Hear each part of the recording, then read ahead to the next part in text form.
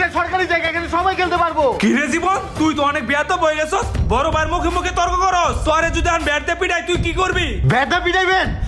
ওই ধর তো, আপনি ব্যাট দিয়ে একটা বাড়ি দিবেন আমার গায়ে, আর আমরা 20 জন আছি, 20-23টা মেরে বাড়ি পড়বো আপনার গায়ে। এনে বেশি কথা যাবে না, পরিস্থিতি খারাপ। যদি ছোট ভাইরা মার দেয় মুখ দেখাবো কেমনে? মান সম্মান থাকবো না। পাইছি বুদ্ধি। ওই ব্যাট ধর, আমার একটা মিটিং আছে, আমি পরে খেলমুনি। বড় ভাইয়ের চুলকানি উঠছিল, জায়গা মতো মলম লাগাই দিছি, ঠান্ডা হয়ে গেছে। ওই স্ট্যাম্প খেলা শুরু কর।